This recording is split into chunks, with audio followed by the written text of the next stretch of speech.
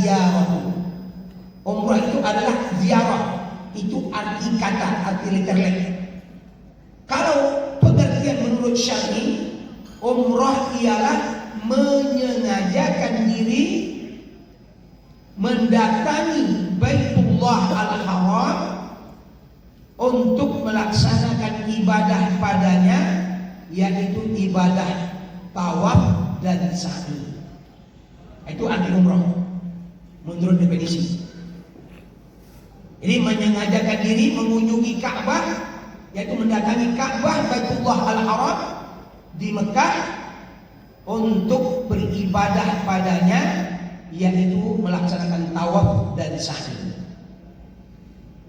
Nah, dengan definisi ini, itulah hakikat umrah itu. Jadi Bapak Ibu sekalian yang belum pernah pergi, jangan khawatir. Apalah umrah itu gimana? Mudahnya. Dari definisi aja kita sudah tahu. Kita kan berangkat nih. Berangkat kita dari Indonesia sampai ke Arab Saudi. Nah, sampai di Arab Saudi terpecah dua. Ada yang langsung ke Mekah, berarti ada langsung umrah dia. Ada yang ke Madinah dulu, berziarah ke Madinah. Belum umrah dia. Ke Madinah dulu, berziarah ke kota Nabi. Berziarah ke Masjid Nabawi, berziarah ke makam Rasulullah, kuburan Rasulullah, Abu Bakar dan Umar, atau kuburan di Baqi, kuburan Aisyah, Ali dan lain-lain. Untuk pergi untuk mendatangi Baitullah Al-Haram untuk melaksanakan tawaf dan sa'i padanya, sebagai bentuk iktibar kita kepada Rasulullah Sallallahu Alaihi Wasallam dan ketaatan kita kepada Allah Subhanahu Wa Taala. Allah berfirman, wa atimul hajja wal umrata lillah. Sempurnakanlah oleh kalian haji dan umrah itu karena Allah Subhanahu Wa Taala semata-mata. Saya ulangi lagi. Wa atimul hajja, sempurnakanlah oleh kalian haji, wal umrata, dan sempurnakanlah oleh kalian ibadah umrah, lillah. Wa atimul hajja wal umrata lillah. Lillah, hanya karena Allah. Itu ayat ayat 196 dari surah Al-Baqarah. Ya, Allah Subhanahu Wa Taala berfirman. Saya baca secara sempurna. Wa atimul hajja wal umrata lillah. Sempurnakanlah oleh kalian haji dan umrah hanya karena Allah. Ya, hanya karena Allah Subhanahu Wa Taala. Ini nampak bahwa haji harus karena Allah, wajib karena Allah. Begitu juga umrah hanya karena Allah. Ini jelas, ya, dasar umrah, haji sudah jelas. Kemudian Rasulullah bersabda tentang umrah. Al-umratu ilal umrati kafaratun lima bainahuma. Dari umrah ke umrah ada penghapus dosa di antara keduanya. Ini luar biasa, luar biasa. Kalau kita simpan saya duit kita 30-40 juta dalam bank atau di bawah bantal sampai makan raya misalnya, kita tak dapat apa-apa. Tak dapat apa-apa. Tapi coba lihat, dengan kita keluarkan 30 juta misalnya atau lebih sedikit, kita berangkat, kita niatkan benar-benar karena Allah dan kita kerjakan dengan sebaik-baiknya. Itu dosa kita dari umrah yang lalu sampai umrah yang sekarang ini, berapa banyak dosa itu? Dosa kecil maksudnya. Dan memang kita paling banyak dosa kecil. Itu akan dihapus oleh Allah Subhanahu Wa Taala. Luar biasa. Luar biasa. Bapak Ibu simpan uang tak bisa. Nah, misalnya ada 1 miliar, aku ingin menghapus dosa. Aku bawa kepada Pak Imam. Pak Imam, aku ingin dihapus dosa-dosaku. Kira-kira bisa tak Pak Imam menerima uang 1 miliar kemudian hapus dosa? Tidak bisa, tidak ada, kecuali agama lain. Ya, agama kita Allah menjelaskan tidak. Tetapi dengan umrah kita lihat, dengan umrah kita bisa terhapus dosa kita. Subhanallah, subhanallah. Sehingga kita menjadi bersih kembali. Maka kalau seperti itu berdasarkan hadis ini, nggak bisa kita menghalangi orang untuk berumroh. Misalnya ada orang katakan, kenapa bapak ibu itu umroh tiap tahun? Coba dilimpahkan kepada anak yatim segala macam. Itu nggak bisa kita larang, nggak bisa. Rasulullah bersabda, al-umratu ilal umrah kafaratun lima bainahuma. Dari umrah ke umrah ada penghapus dosa di antara keduanya. Pasti bapak ibu yang insya Allah yang berangkat sekarang, setelah berangkat ke tanah suci, melihatlah kesergamnya Ka'bah di depan matanya, itu meleleh air matanya, menangis sampai aku di Ka'bah. Ya Allah, ampunilah aku, ya Allah, ampunilah kedua orang tuaku, ya Allah, ampunilah istriku, ya Allah, ampunilah dosa anak-anakku, ya Allah. Itu kalau seorang orang tua yang soleh menangis dia. Apa dalam hatinya? Ya Allah, ya, ketika akan berpisah dengan Ka'bah, ya Allah, mudahkanlah rezeki bagi kami untuk kami bisa datang mengunjungi Engkau, wahai Ka'bah, wahai Allah, rumah Engkau, ya Allah. Itu baik-baik. Berdoa kita. Dan memang perhatikan, umroh itu dalam hadis yang lain dikatakan umroh itu bisa menghilangkan kefakiran dan bisa menghapus dosa. Bagaikan seorang tukang besi atau tukang emas yang bisa menghilangkan kotoran-kotoran karat dan kotoran-kotoran emas dan perak. Dalam hadis yang sahih, Rasulullah mengatakan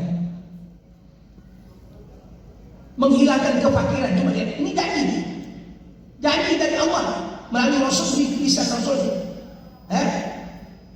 akan dihilangkan kefakiran dan akan Allah hilangkan dosa-dosanya. Maksud dosa kecil, dosa besar itu dengan taubat dihilangkan. Kita hanya mengeluarkan 30 juta saja atau lebih sedikit. Kita akan diberi oleh Allah apa? Fasilitas itu, pengampunan dosa dan dihilangkan kefakiran. Artinya dia akan membuat orang itu menjadi mampu dalam ekonominya. Makanya saya sering bilang kepada jemaah kalau menasib, kalau ada duit lebih lah, ya, melihat saudara-saudara kita kurang mampu, apalagi adik-beradik kita, suruh dia pergi umroh. Kenapa? Insya Allah begitu dia pulang dari umroh, Allah akan bukakan pintu rezeki kepadanya. Kenapa? Karena Allah sudah berjanji melalui lisan Nabi akan menghilangkan kefakiran. Daripada kita beri uang langsung, ini dek, ini kakak, ini abang, ini uang, pakailah untuk berdagang.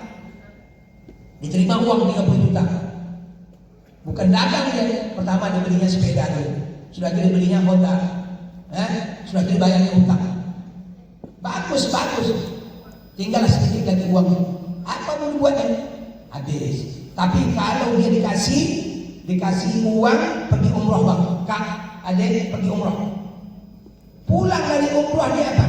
Ketika dia umroh dia apa? Berniat.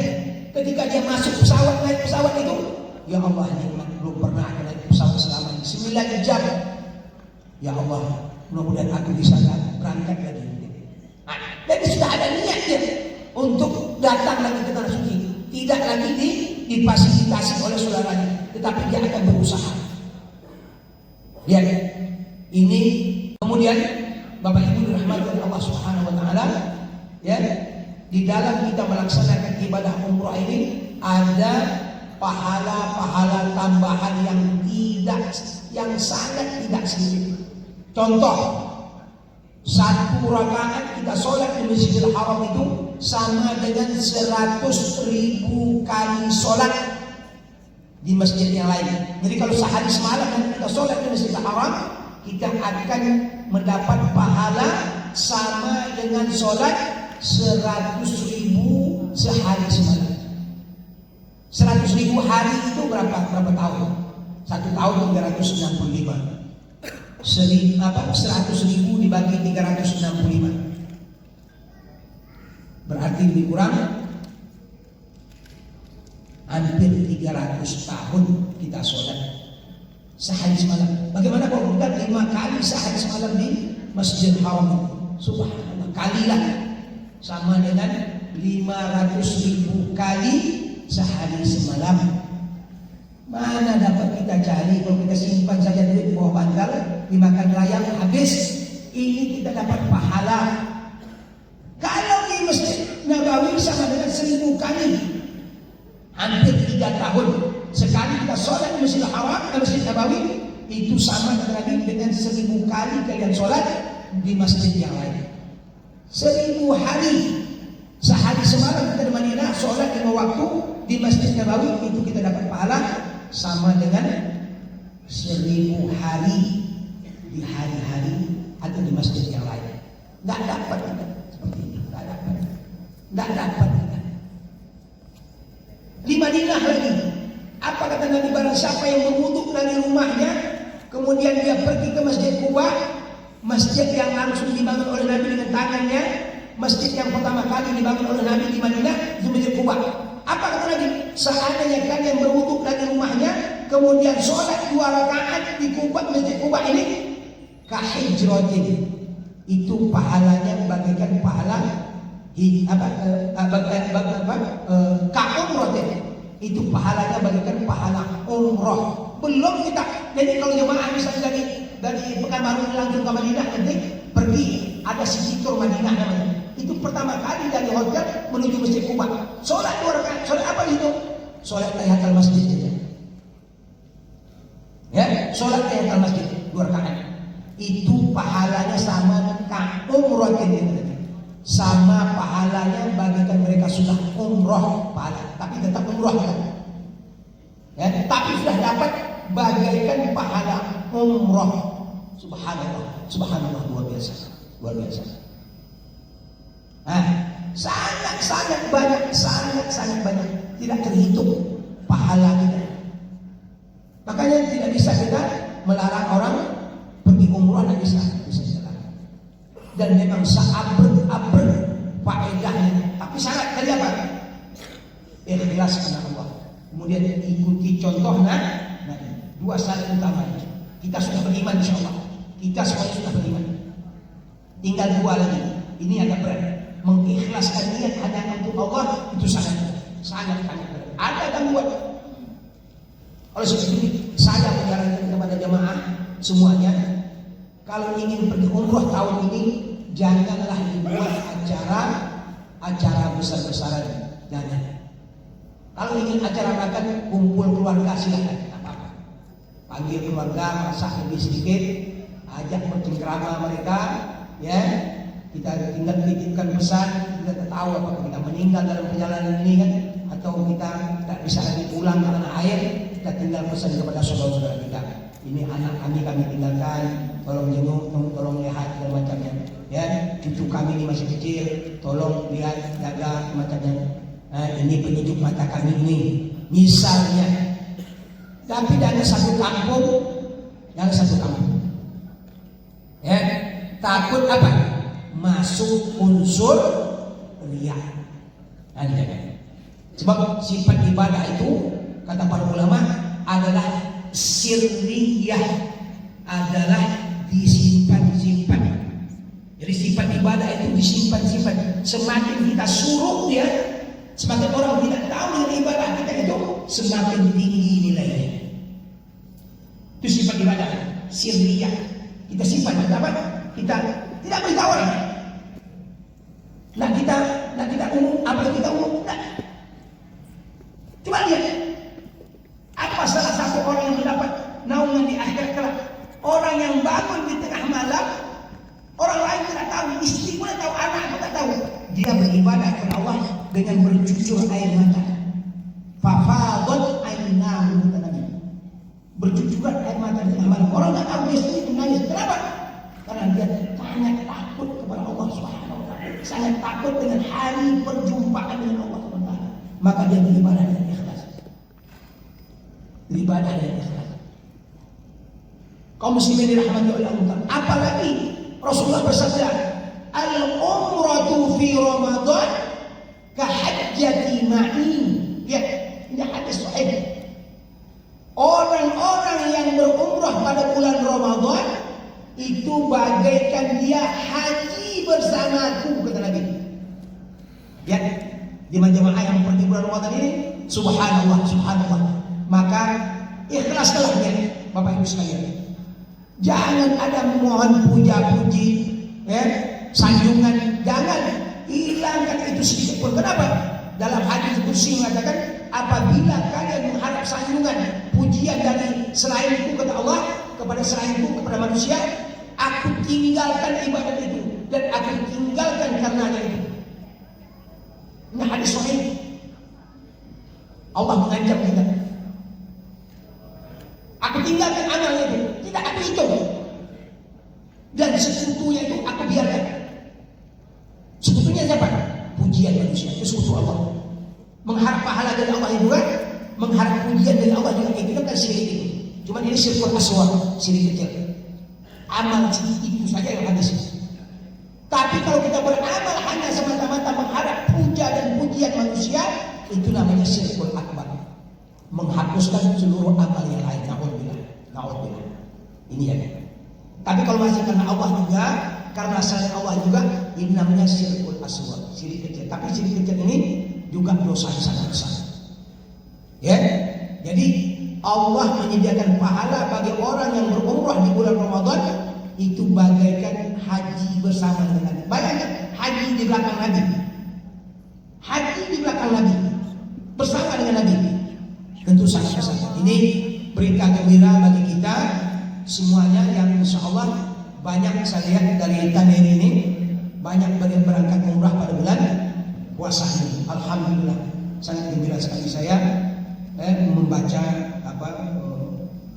Tanir ini. Mudah-mudahan niat suci kita diterima oleh Allah Subhanahu. Kemudian Bapak Ibu dirahmati oleh Allah Subhanahu wa taala. Sekarang kita masuk kepada tata cara bagaimana melaksanakan ibadah umrah. Sekarang sudah 11:09. Mudah-mudahan ya paling lambat menjelang jam 12 kita selesai. Baiklah Bapak Ibu dirahmati oleh Allah Subhanahu wa taala. Ibadah umrah ini seperti ibadah-ibadah yang lain juga. Dia ada syarat dan dia ada rukun.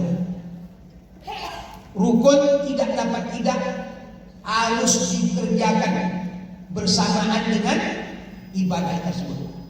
Kalau syarat, kalau tertinggal masih bisa dibayar didam. Tapi kalau rukun tidak. Kalau rukun tidak bisa. Nah kalau itu apa rukunnya Ustaz? Tapi jemaah jangan khawatir, rukun cuma 3, syarat cuma 2.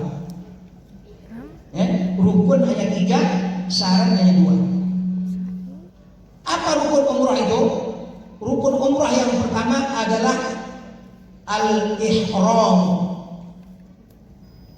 Ya, rukun yang pertama adalah ihram. Ya, rukun yang kedua tawaf 7 putaran. Rukun yang ketiga adalah sa'i. Ini insya Allah rukun ini beriring dengan apa yang kita lakukan. Insya Allah terpenuhi ketiga-tiganya. Jarang. Ya, tapi ada juga. Jangan salah paham. Ada juga. Kita nggak tahu ya. Kita nggak tahu apa sebab. Ini tanah suci. Saya bukan mengancam Bapak Ibu sekalian. Tanah suci tidak boleh sombong, tidak boleh angkuh, dan tidak boleh mengatakan pergilah dulu. Nanti saya bisa, tak biasa saya sendiri. Hilang sampai sore. Siapa yang terbetik ada kesombongan dalam hatinya, itu kena. Saya bukan mendoakan. Ini banyak sekali. Ada tetangga saya cerita baru pulang. Ya, karena ada mereka berapa beradik berangkat. Jadi salah seorang kakaknya ini itu bilang, udah jangan atur aku bisa sendiri di sini. Ditinggalnya saudara berapa orang itu ditinggalnya, dia berangkat perempuan sampai siang, ya, sampai siang tidak pulang, sampai malam tidak pulang. Akhirnya dimasuk ke dalam, masuk dalam HP, disebarkan kabarnya, mencari. Sekarang kakak beradik itu, saudara-saudara itu sakit semua. Berapa hari di Mekah, berapa hari di Mina itu, kalau orang lain bilang lantak hilang dia. Saya tanya, apakah dia tidak sehat? Tidak sehat dia. Kalau terjadi seperti ini kepada kita, Bapak Ibu Saudara, obat nomor satu adalah istighfar. Mohon ampun kepada Allah. Ingat ya, mohon ampun kepada Allah. Istighfar banyak. Istighfar. Jadi kalau kita diajak orang, mari kita ke Masjidil Haram, mari kita ke Masjidil Haram kemudian kembali. Ya tunggu ya.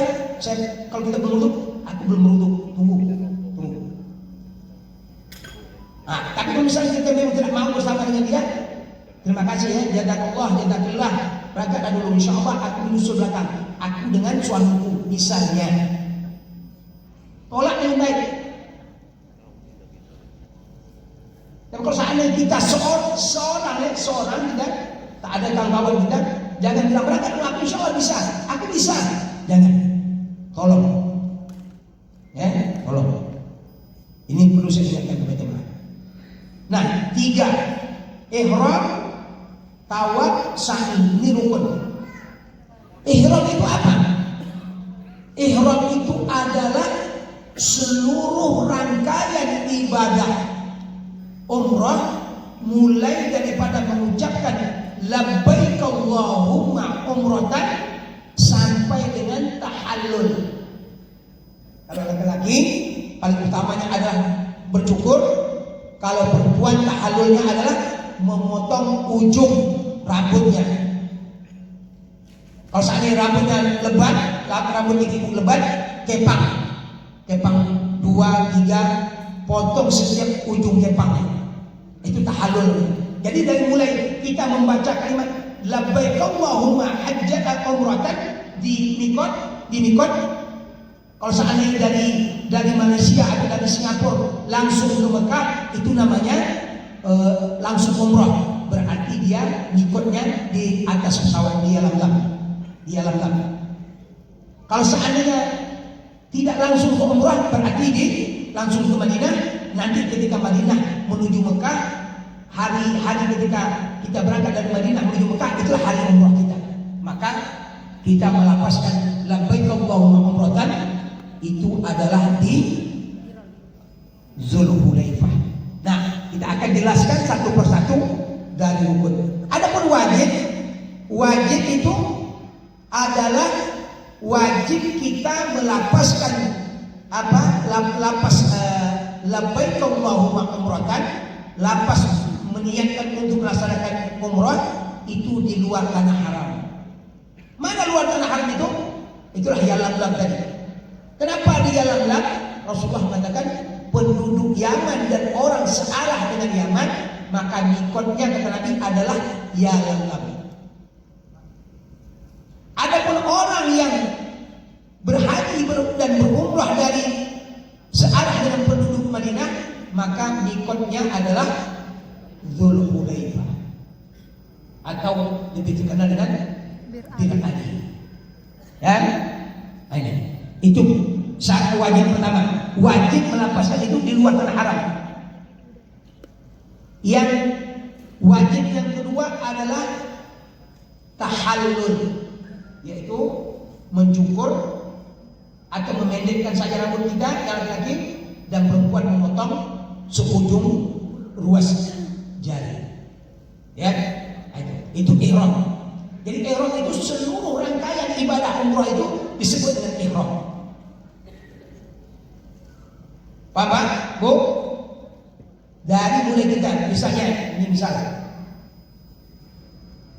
ya, terbang kita, lebih kurang 7 jam atau 8 jam, apa kata pramugara atau pramugari, ya, mencincin dan buat-buat ini kalau Malaysia ya, sebentar lagi akan memasuki daerah Yalamlam, di daerah Mikot ini. Ya, maka jemaah harus bersiap-siap.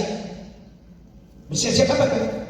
Bersiap-siap untuk melapaskan labbaik Allahumma umratan.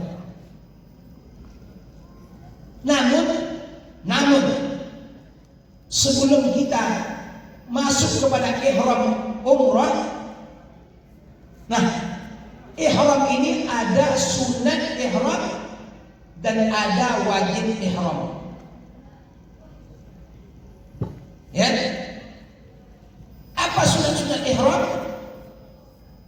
Sunat-sunat ihram adalah perkara-perkara ibadah yang mengikuti ibadah umroh itu sendiri.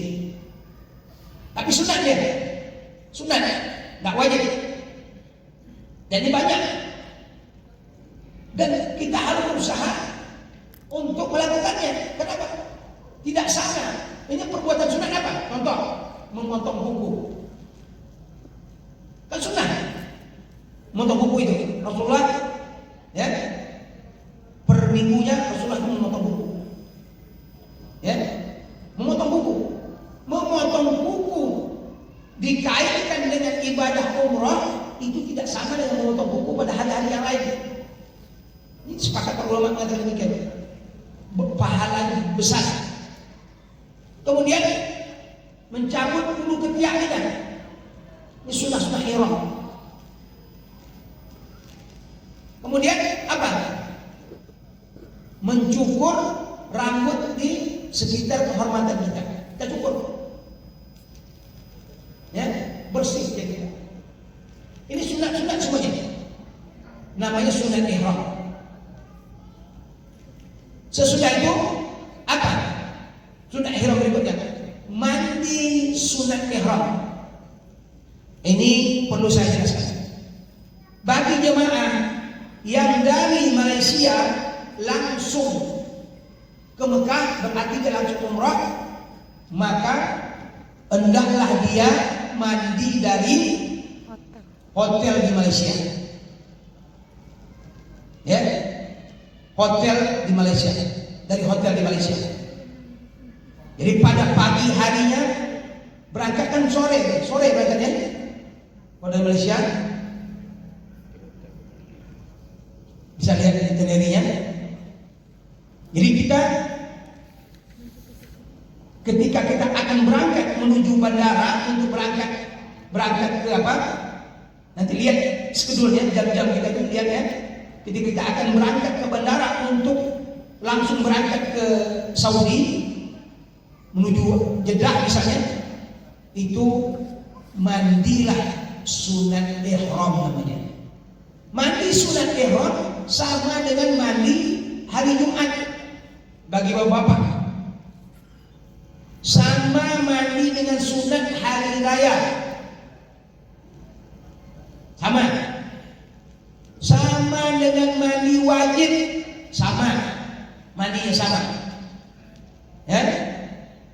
Secara ringkas, secara global yang saya jelaskan, mandi ini bukan saya peruntukkan bagi orang yang sudah tahu, tidak, saya tidak ngajar orang yang tidak tahu. Yang tahu ini sebagai pengulangan aja. Yang mungkin ya belum mendapat pengajaran bagaimana mandi sunat itu, mandi sunat ihram itu. Mandi sunat ihram itu biasa. Masuk ke kamar mandi, jangan lupa membaca Bismillah Allahumma inni a'udzubika minal khubuthi wal khaba'ith. Ingat, masuk kamar mandi baik kita di rumah kita atau di mana saja kita masuk WC, jangan lupa baca Bismillah Allahumma inni a'udzubika minal khubuthi wal khaba'ith. Ya Allah, aku berlindung kepada Engkau ya Allah dari syaitan jantan dan syaitan betina. Jadi ada sepasang di dalam WC itu.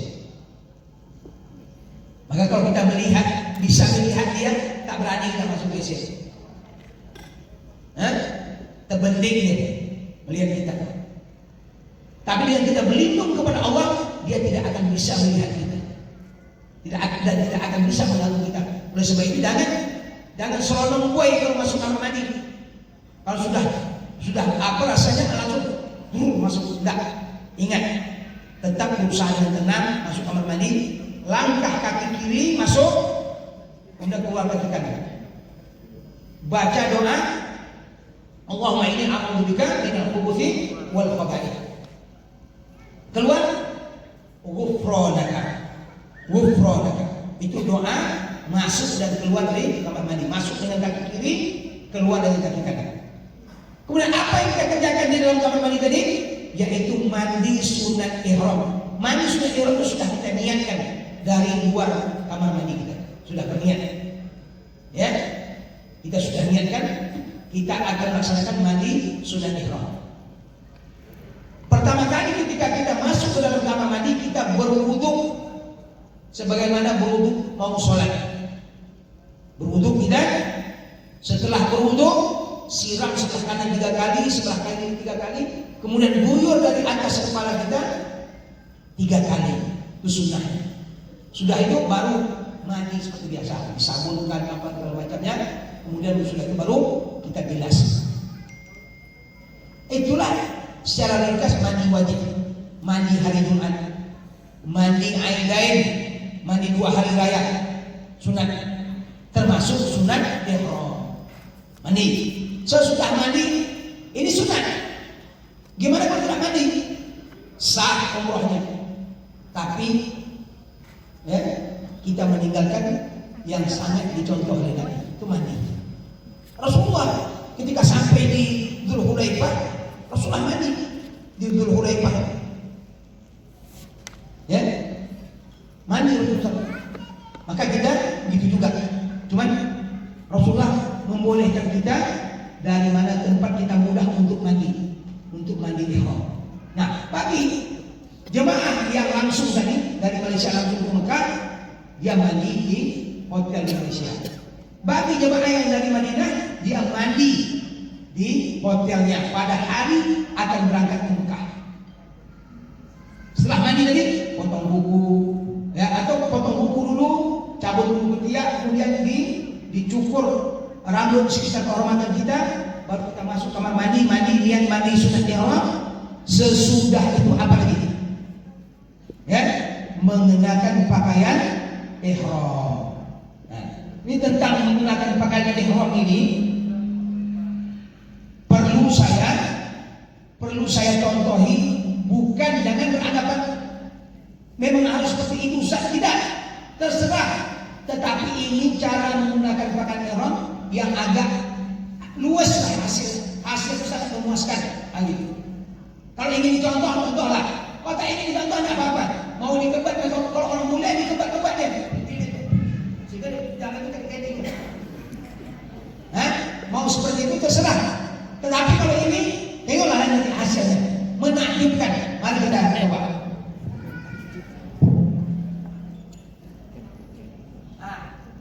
Bapak Ibu, ini tolong ibu-ibu perhatikan.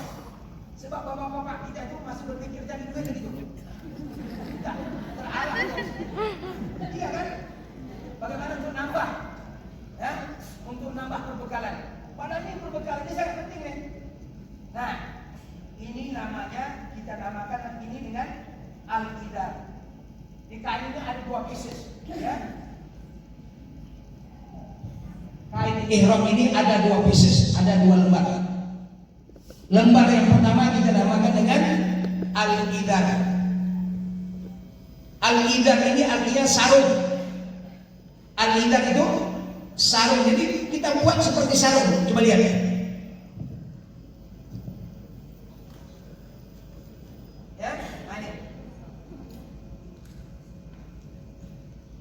Saya buat seperti sarung. Nah, saya temukan ujung-ujungnya, ujung yang sebagian di sebelah atas.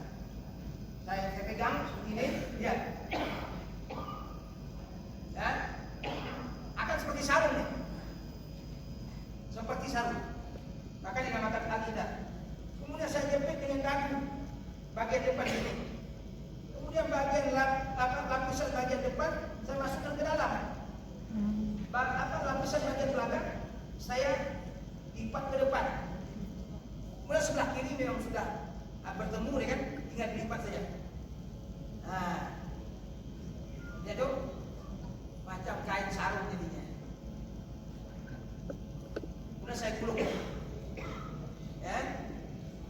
Tapi kalau orang Melayu, ada orang Melayu ini namanya menggumbang kain. Jadi dahulu kalau orang tua ceritakan orang tua saya, itu orang tua dulu kalau mencari calon menantunya disuruh menggumbang kain. Pandai tak menggumbang kain? Kalau pandai berarti dia sholat. Nah, dan orang kita sholat pakai kain sarung. Nah, gimana? Kita buktikan. Gimana keluar saja? Saya, kiri, berlari saya. Nggak nampak. Saya sebab ini pun belum nampak awal saya. Sebelah kiri apa lagi? Nah ini kelebihan cara ini.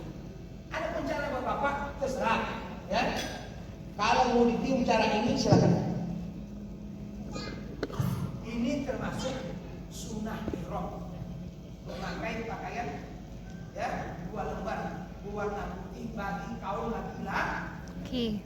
Ibu bertanya, Ustaz, tadi ibu gimana? Ibu-ibu pakai baju kebesaran travel muhibah. Warna ungu, terutama jilbabnya. Ya, ini lembaran kedua, namanya arida. Arida itu selendang. Tarik kuat sebelah kanan, kemudian langsung disanduk ke sebelah bawah kiri. Jangan macam dia hamka kan? Inilah pakaian ihram ini. Ada yang ingin coba ke depan? Yang berani silakan. Bapak-bapak ada yang bukan ibu. Ya. Minyak wangi kita itu, kemudian kita gosok ke tubuh kita langsung, bukan kepada kain ihram. Rasulullah SAW ketika beliau mengenakan tip minyak wangi, ketika akan berihram, beliau memakai minyak wangi sampai ke rambut-rambut beliau. Sangat wangi sekali. Rasulullah itu sangat wangi. Kenapa? 2 perkara yang paling dicintai Nabi. Pertama istri beliau, yang kedua adalah atib dalam hadis, yaitu minyak wangi. Jadi Rasulullah paling mencintai, paling menyayangi seluruh istrinya. Ini perlu kita tiru sebagai seorang suami. Yang kedua, Rasulullah paling suka memakai minyak wangi. Maka tubuh beliau sangat wangi, sangat wangi. Rasulullah SAW. Ya, ini perlu kita tiru sebagai seorang suami. Nah, begitu juga istri. Ya, istri sebaliknya tidak boleh, perempuan tidak dibolehkan memakai minyak wangi di dalam ihramnya, tidak boleh. Tidak boleh. Jadi begitu selesai mandi, diambilnya minyak wangi dikenakan kepada ndak. Ini larangan ihram bagi perempuan, termasuk larangan. Timbul pertanyaan, Ustaz, bagaimana kami memakai deodoran untuk ketiak? Carilah deodoran yang tidak menyengat baunya. Ada deodoran itu bisa menghilangkan bau ketiak, tapi dia tidak mengeluarkan bau wangi. Ya, memang agak mahal, saya lihat harganya agak mahal. Nggak apa-apa, kita untuk beribadah. Jadi kita kenakan deodoran, ya, untuk ibu-ibu, ya, tapi tidak wangi, tapi bisa menghilangkan bau badannya. Tak dibenarkan, tidak dibenarkan. Bahkan Nabi mengatakan apabila seorang perempuan yang ingin keluar dari rumahnya, apabila masih ada tersisa bau minyak wangi, maka hendaklah dia cuci, baru dia keluar rumah. Kalau tidak, kata Nabi, maka dia adalah zaniyah, maka dia adalah seorang penzina. Na'udzubillah, afwan kepada ibu, jangan tersinggung. Ini petunjuk Nabi kepada kita. Ya, jadi kalau ibu mau keluar rumah, ya, apakah ya deodoran yang membuat bau ketiak itu hilang? Tidak apa-apa. Tapi jangan disemprot deodoran spray. ibu-ibu, anak-anak remaja putri untuk berhias berdandan di rumahnya memakai minyak wangi, fadhol, silakan. Untuk di rumahnya. Untuk istri, untuk suaminya. Bahkan wajib untuk bapak, wajib bagi istri berdandan untuk suaminya. Karena bahagian daripada apa? Bahagian daripada untuk membuat suami itu tenteram di rumah. Maka Allah mengatakan litaskunu ilaiha, agar para suami itu merasa tenteram oleh istrinya. Gimana caranya? Salah satu adalah dengan berhias, berdandan, dan melayani suaminya dengan baik ketika di rumah tangganya. Nah, maka setelah kita pakai minyak wangi, kita pakai kain ihram tadi,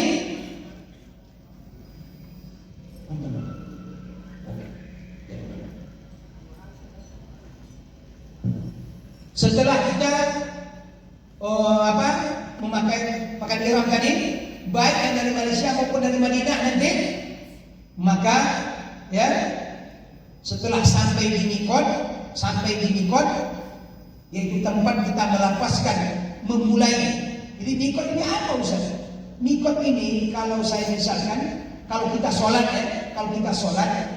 misal mikot itu adalah masjid atau musola. Kalau ibu-ibu adalah rumahnya atau kamarnya, tempat dia sholat. Nah, kalau mikot itu tempat dia memulai ibadah umrah atau haji, disebut mikot. Atau mikot makannya, mikot tempat. Nah, tempat kita yang searah dengan Yaman, maka tempatnya adalah Yalam tadi. Maka ketika dikatakan oleh pegawai penerbangan, pramugara sudah masuk kita. Pertama diumumkan dia, sebentar lagi kita akan masuk ke daerah Yalam. Dipersilakan untuk mempersiapkan diri. Siap-siap lagi kita. Ya, kalau kita sudah siap dari Malaysia, alhamdulillah. Kalau kita belum siap, maka siap-siap. Atau kata orang Melayu, setelah atau 2 jam sebelum landing. Kalau seandainya landing itu pada jam setelah 9 jam perjalanan, berarti jam ke-7 kita sudah siap-siap dengan pakaian. Sudah masuk kita, katanya. Sekarang kita sudah masuk di Yalam, maka ibarat orang sholat, yaitu adalah mengucapkan takbiratul ihram, Allahu Akbar. Nah, kalau kita umrah gimana? Kalau kita umrah mengucapkan labbaik Allahumma umratan. Labbaik Allahumma umratan. Ini kalau di atas pesawat. Nah, kalau orang yang dari Madinah, kalau jemaah dari Madinah, setelah dia selesai sholat di Bir Ali, di Dzul Hulaifah, maka dia kembali ke dalam bus. Jadi dari hotel, dan ini yang di Madinah, dari hotelnya langsung ke Dzul Hulaifah, lebih kurang setengah jam.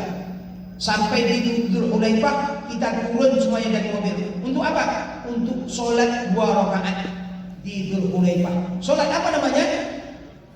Sholat sunat. Sholat sunat yang dianjurkan oleh Nabi ketika sampai di lembah Dzul Hulaifah. Bukan sholat sunat ihram, banyak yang keliru. Dia mengatakan sholat sunat ihram. Nah, kalau kita di atas pesawat, mana kita sholat?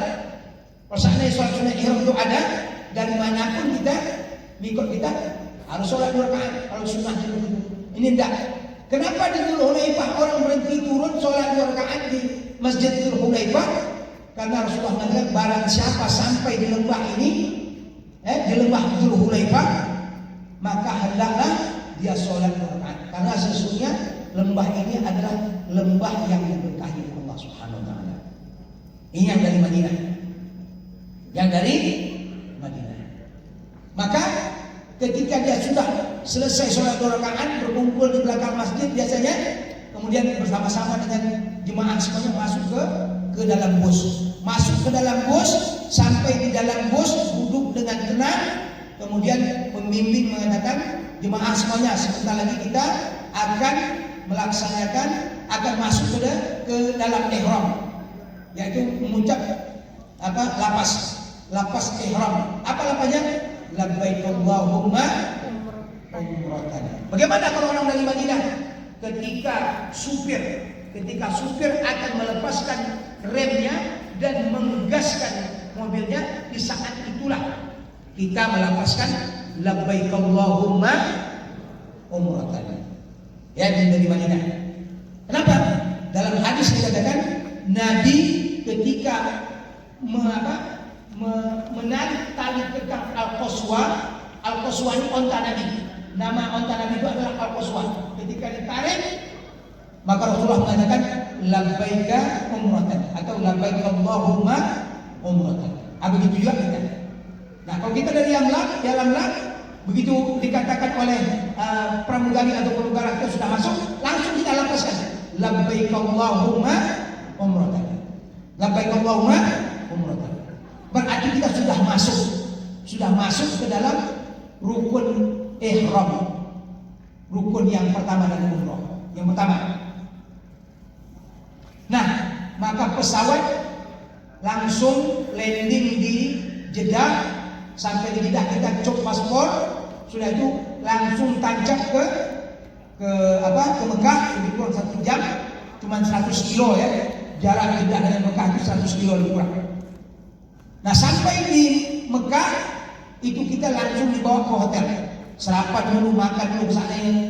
Kalau misalnya yang tanggal saya tanggal 9 itu saya lihat itinerinya diperkirakan sampai di Jeddah itu 11.40 tengah malam waktu Arab Saudi.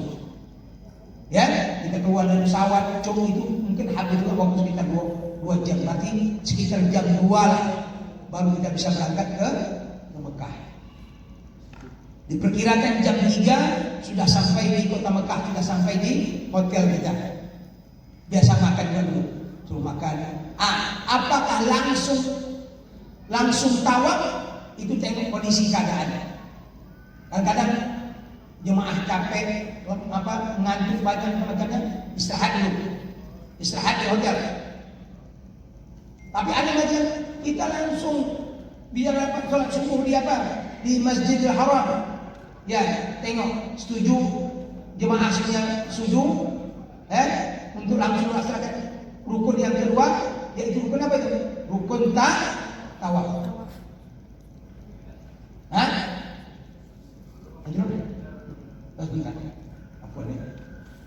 Nah, setelah sampai di Mekah, kita dibawa makan ke hotel. Kemudian dari hotel kita selesai kita sarapan atau makan, kita turun kembali. Atau mana yang ke kamar mandi, ambil wudhu, turun di lobi. Dari lobi itu akan dibawa oleh pembimbing kita, pembimbing dari Indonesia satu, yang menunggu di Mekah satu. Jadi 2. Jadi ketika kita sampai di Jeddah, itu sudah menunggu mutawif kita satu, pembimbing kita yang tahu seluk-beluk di Saudi. Ketika di Madinah nanti kita minta tolong dengan dia, ketika di Mekah kita minta tolong dengan mutawif. Silakan, ya, manfaatkan yang baik mutawif kita itu.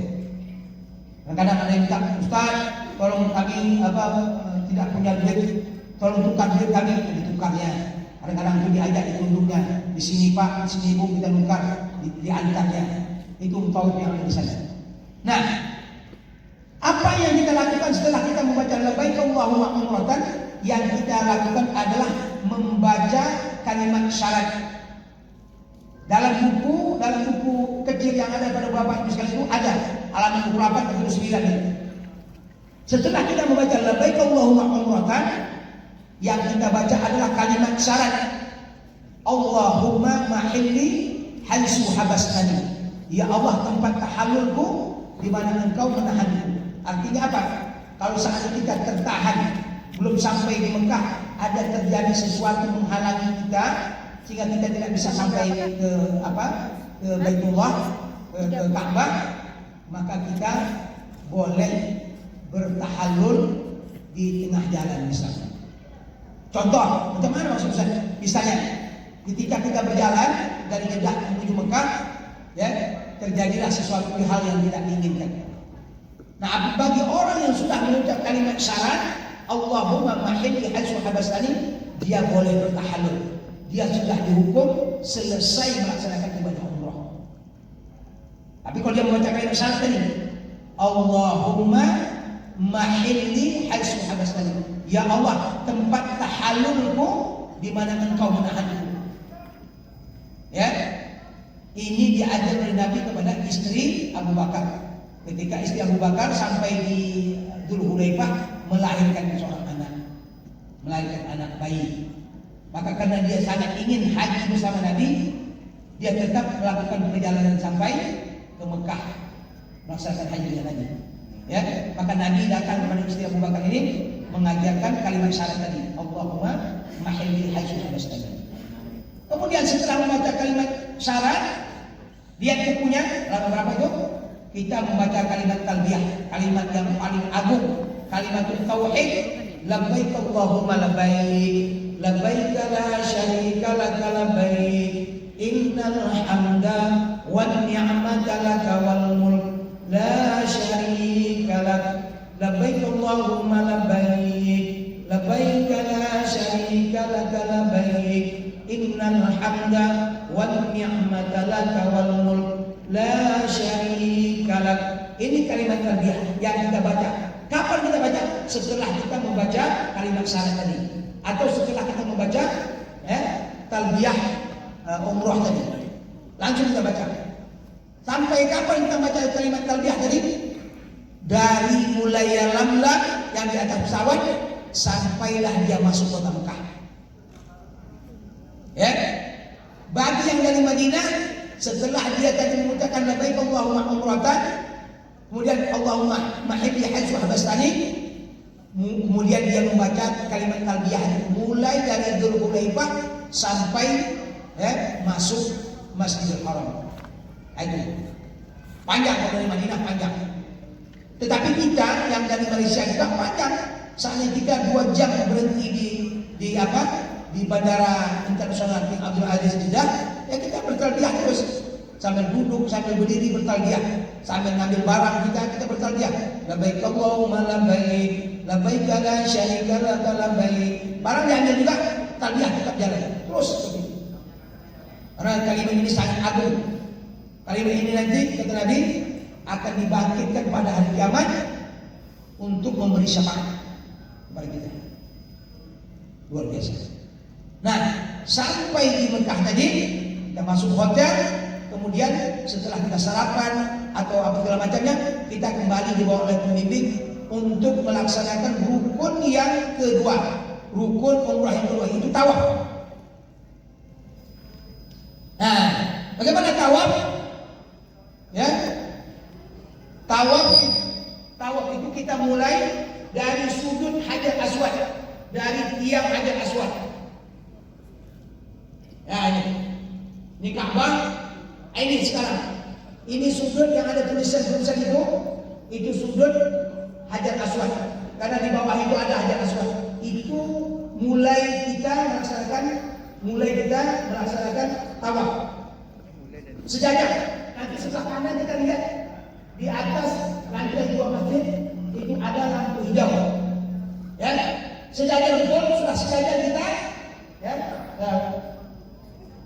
Kalau saya misalkan ini saya misalkan ini Ka'bah, seandainya ini Ka'bah, jadi ini rukun Yamani yang sebelah, ya, itu rukun Yamani.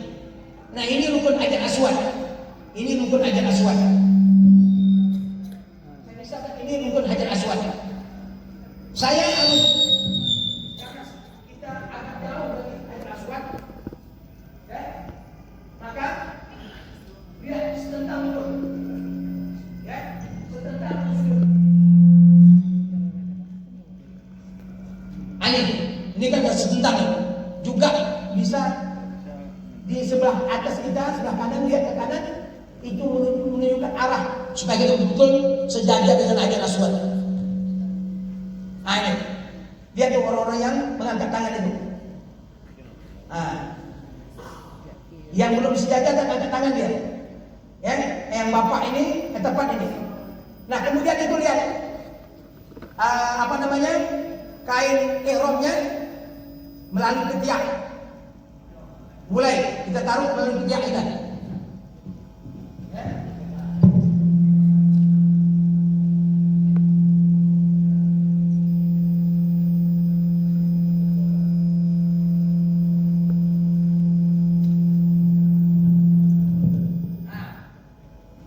Lihat Bapak tuh. Jadi sebenarnya mulai tawaf itu ada 4 cara. Ada 4. Pertama, kalau memang sekitar Hajar Aswad itu tidak ada orang, langsung kita cium. Bismillahirrahmanirrahim. Kita cium Hajar Aswad.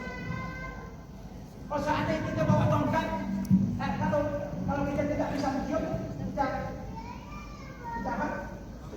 Kita rusak. Yang ini Bismillahirrahmanirrahim. Kita cium tangan kita. Kalau kita pakai tongkat, Bismillahirrahmanirrahim. Kita cium tongkat. Tapi Nabi dari atas Qaswa, dari atas onta, beliau naik onta dan jarak jauh. Bismillahirrahmanirrahim. Rasulullah mengatakan Bismillahirrahmanirrahim sambil melihat Hajar Aswad. Maka berjalanlah Nabi.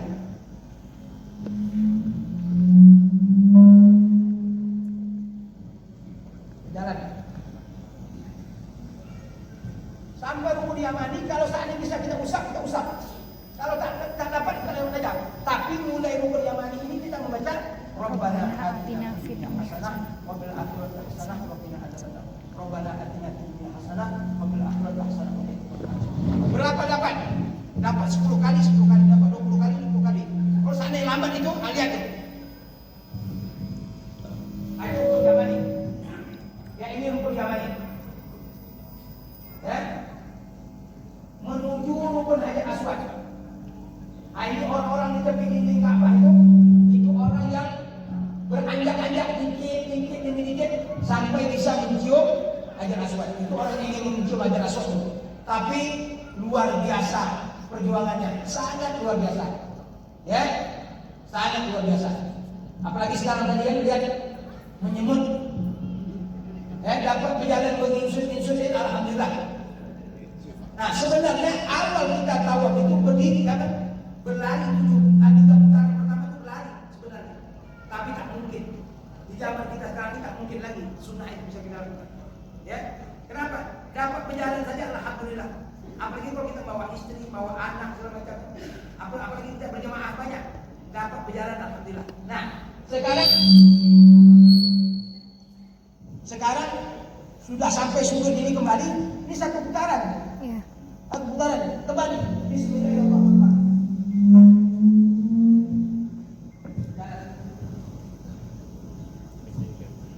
Rabbana atina fid dunya hasanah sampai 2, 3, 4, 5,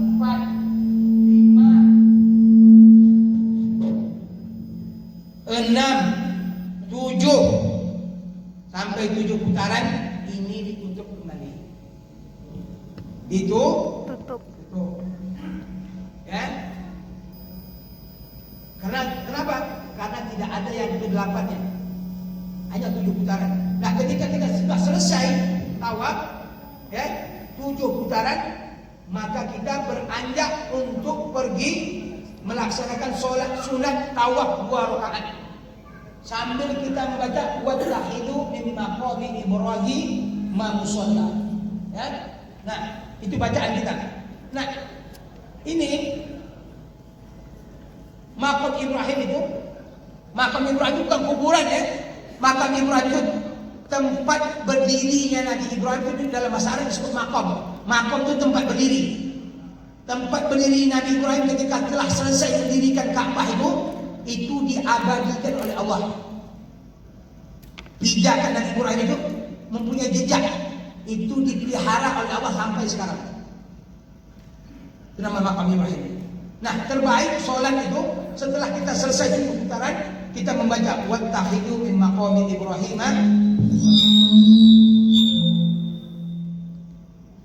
Ayo kita berdoa. Maka Ibrahim itu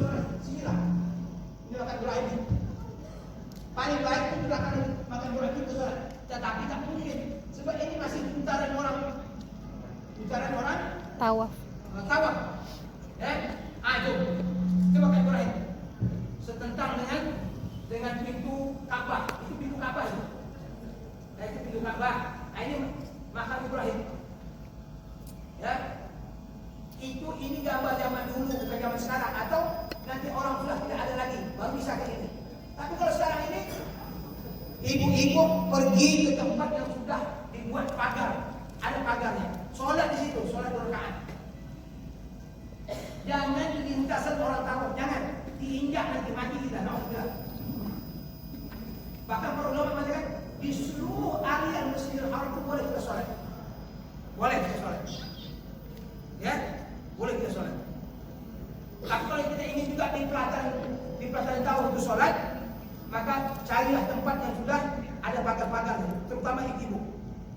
Bapak-bapak pandailah mencari tempat, ya, sholat 2 rakaat.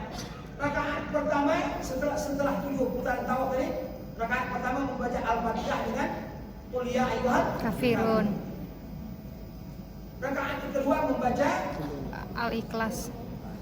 Al-Fatihah dan Allahu Ahad. atau Al-Ikhlas surah kita. Selesai kita sholat 2 rakaat, selesai kita 2 rakaat, salam. Selesai salam, minum air zam-zam. Minum air zam-zam atau mengusap air zam-zam ke kepala kita atau ke dada kita. Ibu-ibu di atas jilbabnya usap. Jangan lupa membaca doa, minum air zam-zam. Bismillah, Allahumma ini. Apa baca doanya? Allahumma ini as'aluka ilman nafi'an wa rizqan wasi'an wa syifaan min kulli da'in. Ya, ini doa Aisyah, katanya doa Aisyah, bukan dari Nabi ya. Bukan dari Nabi. Ini asar. Allahumma ini a'udzubika, Allahumma ini as'aluka ilman nafi'an. Ya Allah, aku bermohon kepada Engkau ya Allah, ilmu yang bermanfaat. Coba lihat. Tawaf kita diajar oleh asar sahabat itu minta ilmu yang bermanfaat. Kemudian warizqan wasi'an, ya Allah, rizkikanlah kepada kami rizki yang sangat luas, Wasifaan min kulli da'in, ya Allah, sembuhkanlah aku dari segala penyakit dengan minum air zam-zam ini. Jadi Bapak Ibu sekalian, setiap minum air zam-zam jangan lupa berniatlah. Sebab Rasulullah mengatakan ma'u zam-zam lima syuribalahu. Air zam-zam itu apa diminum? Artinya apa niat kita minum air zam-zam? Untuk kesembuhan penyakit, silakan. Ya, lakukan. Apa namanya kalau istilah orang kita ini? Melakukan kegiatan terus-menerus itu? Rutin. Rutinitas. Ya, melakukan apa namanya pengobatan misalnya, atau pengobatan segala macam dengan setiap minum zam-zam ini apa? Niatkan. Rasulullah mengatakan ma'u zam-zam lima syuribalahu. Air zam-zam itu apa dia diminum? Untuk kesehatan badan, insya Allah. Untuk mendapatkan keturunan, silakan. Untuk mendapatkan rezeki yang lebih, itu tadi rizqan wasi'an, silakan. Ada yang berdoa, ya Allah, dengan air zam-zam ini jauhkan aku, diriku dari api neraka. Artinya air zam-zam yang telah dia minum itu berharap kepada Allah tidak akan disentuh oleh api. Silakan. Ya, ini luar biasa faedah. Ya. Kemudian setelah kita selesai tawaf tadi, ya, kita kembali datang ke sujud Hajar Aswad kalau mungkin. Kalau tidak dia jauh. Bismillahirrahmanirrahim. Tak ada perpisahan kita dengan tawaf, dengan Ka'bah. Apa pahalanya secara khusus? Rasulullah mengatakan, man tawafa bil baiti sab'an, thumma shalla raka'ataini ka'itqi raqabah. Barang siapa 7 putaran, tawaf 7 putaran, kemudian dia sholat 2 rakaat, maka pahalanya adalah bagaikan memerdekakan seorang budak. Ka'itqi raqabah. Berjasa itu. Bagaimana kalau budak itu 1 miliar harganya? Kita ingin memerdekakan seorang budak. Apa kata induk semangnya? Kata kuatnya 1 miliar. Harus kita bayar 1 miliar. Itulah permisalannya. Tentu kita Ustaz, kita mudah kita merdekakan? Itu tergantung kepada elok tidaknya ibadah tawaf kita. Semakin sesuai dengan sunnah, semakin ikhlas dan sesuai dengan sunnah, semakin tinggilah nilai budak yang kita merdeka. Itu tergantung kepada keelokan, kebaikan kita melaksanakan tawaf. Niat ikhlas, sesuai dengan sunnah, sesuai dengan contoh Nabi. Kemudian kita serahkan kepada Allah. Budak mana yang Allah berikan kepada kita? Itu pahala. Kemudian di hadis yang lain katakan setiap satu langkah dalam tawaf dikasih 10 hasanah, 10 kebaikan, dan kemudian 10 sayyi'ah diampuni oleh Allah. 10 keburukan diampuni. Satu langkah, satu putaran itu kalau sekarang itu mungkin 1000 langkah atau 500 langkah ya. Atau katakanlah 200 langkah. Sudah berapa? Kali 10 dapat 200 kali 10 berarti 2000 hasanah. Baru satu putaran. Putaran kedua berapa lagi? 3 sampai 7. Itu pahala yang banyak. Kemudian 10 keburukan kita diampuni oleh Allah. Satu langkah. Maka usahakan beribadah itu sesuai dengan ilmu, ya, dengan sunnah Rasul. Nah, kemudian setelah kita selesai, kita lanjutkan menuju untuk melaksanakan rukun tawaf, rukun umrah yang ketiga. Apa itu? Yaitu sa'i baina Safa wal Marwah. Yaitu sa'i itu perjalanan kecil, berlari-lari kecil antara Safa dan Marwah. 7 kali. Safa Marwah, Marwah Safa, Safa Marwah sampai terakhir nanti di bukit Marwah. Nah, bagaimana cara kita memulai ibadah rukun yang ketiga ini? Yaitu ibadah sa'i. Ketika kita sudah selesai tawaf, kita bergerak menuju bukit Safa. Saya contoh, selesai umrah, selesai tawaf, kita kata inna Safa wal Marwah sana lillah. Abda'u bima badallahu bihi. Ya. Kemudian ini antara bukit Safa dengan Ka'bah itu 133 meter dalam buku ya. Itu jaraknya. Apa yang kita lakukan?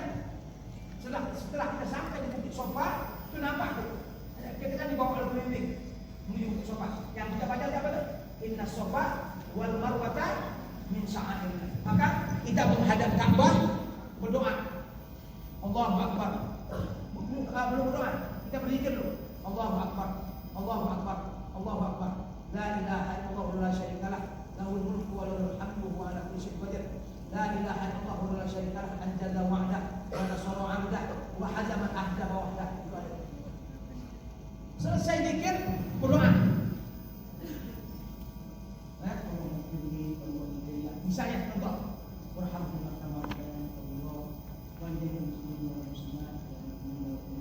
berdoa mengatakannya. Selesai kita berdoa, kembali berzikir. Allahu Akbar, Allahu Akbar, Allahu Akbar, la ilaha illallah. Sampai selesai zikir itu. Ada dalam bukunya. Ada dalam buku kecil itu. Maka buku kecil di talinya digantung ke leher kita ya. Gantung, buka, baca, enggak apa-apa. Sambil kita tawaf, sambil kita sa'i, baca enggak apa-apa. Nah, zikir, doa, zikir, doa, zikir. Jadi zikir 3 kali, berdoa 2 kali. Selesai zikir yang ketiga, kita langsung menuju bukit Marwah. Agak turun, jalan. Tak seberapa jauh dari bukit Safa itu ada lampu hijau di atas kita. Ada, lebih kurang 50 meter lah. Ada lampu hijau. Apa yang kita lakukan dari mulai awal lampu hijau itu? Kita berlari saja, bagi laki-laki berlari. Sampai lampu hijau, sampai ujung. Itu batas. Batas boleh ada waktu batas. Selama itu kita berlari. Untuk laki-laki saja, perempuan tak. Perempuan berjalan biasa.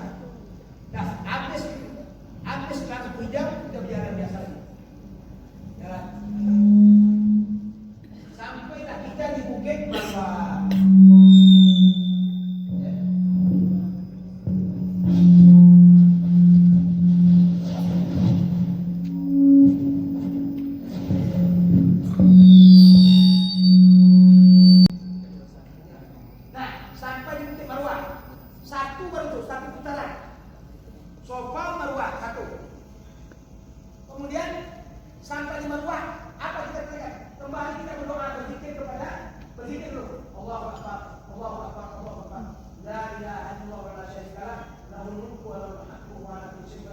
la ilaha illallah wa la syarika lah anjala wahda wa nasara ahda wa ahda ahda wahda. Berdoa.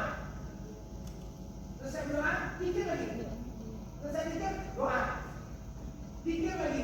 Nah, pikir yang ketiga. Setelah pikir yang ketiga, baru kita berjalan menuju Bukit Sofa. Untuk yang kedua. Kemudian ada lagi yang tidak memilih hanya naik ke Bukit Sofa, ada yang tiga lagi. Kita baca apa? Inna sofa.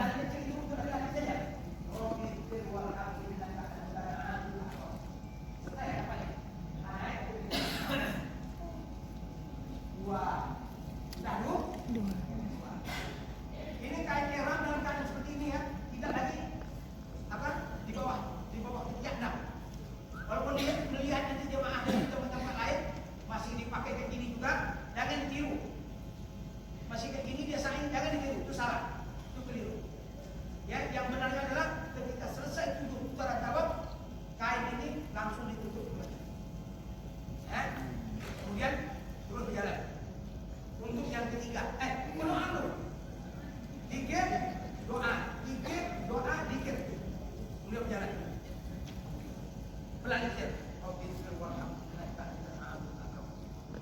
Nah, jalan. Sampailah kita di Marwah. Untuk yang ketiga. Berzikir lagi kan. Allahu Akbar, Allahu Akbar, Allahu Akbar. Sampai selesai zikirnya. Zikir, doa, zikir. Berjalan yang keempat. 4, 5, 6, 7. Tuh, 7 kita berada di Bukit Marwah. Di Bukit Marwah. Agak jauh dari Ka'bah. Ka'bah tak nampak lagi. Mungkin pertanyaan Ustaz, bagaimana kita berdoa menghadap Ka'bah? Lihat keramik, lantai. Lantai itu dibuat, dipasang sesuai ke arah Ka'bah. Makanya kita berdirilah. Ada semua apa petunjuk-petunjuk, ya. Nah, makan, berzikir, doa, zikir, doa, zikir. Nah, kalau sudah 7 kali tidak ada zikir doa lagi. Kalau sudah 7 kali tidak ada zikir dan doa, selesai. Berarti rukun yang ketiga ini yaitu sa'i sudah selesai. Kalau sudah selesai, tinggal lagi wajib yang kedua. Apa itu?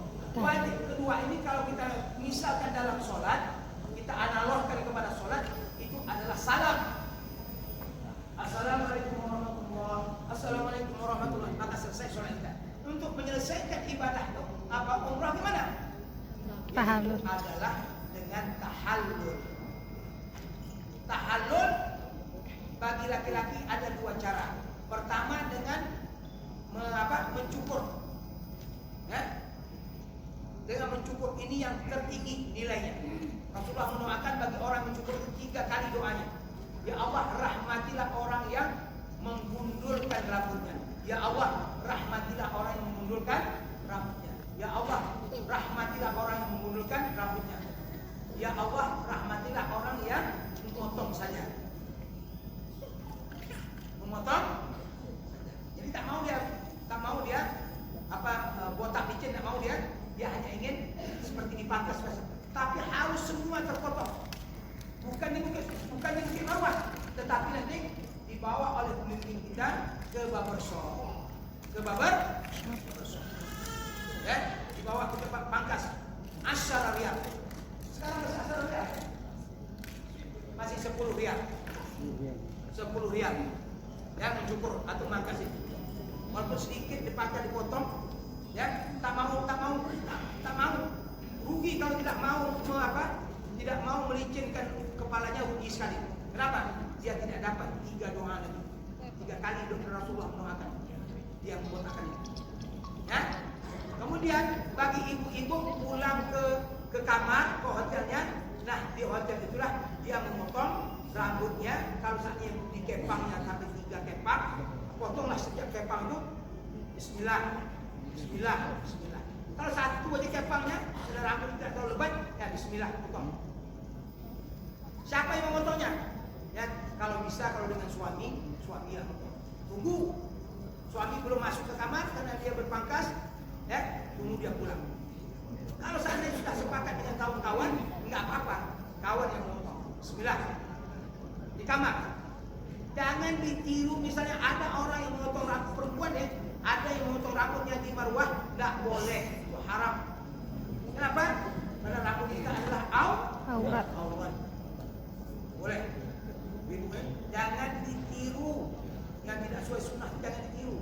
Tirulah yang sesuai dengan sunnah, sesuai dengan ilmu kita. Dengan demikian selesailah ibadah umroh dengan 3 rukun, 2 wajib. Wajib pertama adalah wajib memulai dari mikot. Kemudian wajib yang kedua adalah tahal. Rukun pertama ihram, rukun kedua adalah tawaf, rukun yang ketiga adalah Sa'i. Maka dengan selesainya 3 rukun dan 2 wajib ini, maka selesailah ibadah umroh kita hari itu juga, insya Allah.